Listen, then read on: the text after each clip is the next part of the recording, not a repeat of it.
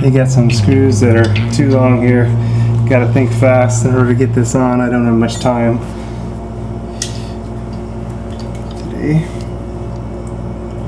just like most days. But anyway, what I'm doing is hold it real strong and then break it off.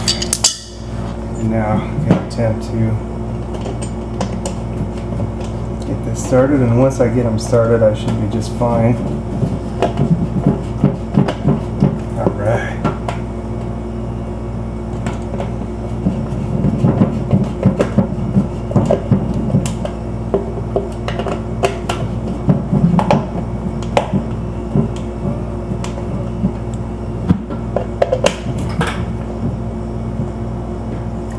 Set up a little bit, and there we go.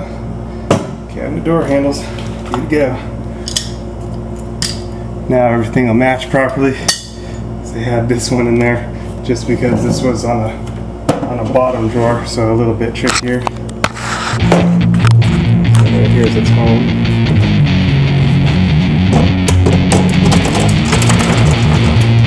Alright. Now everything's gonna match up properly.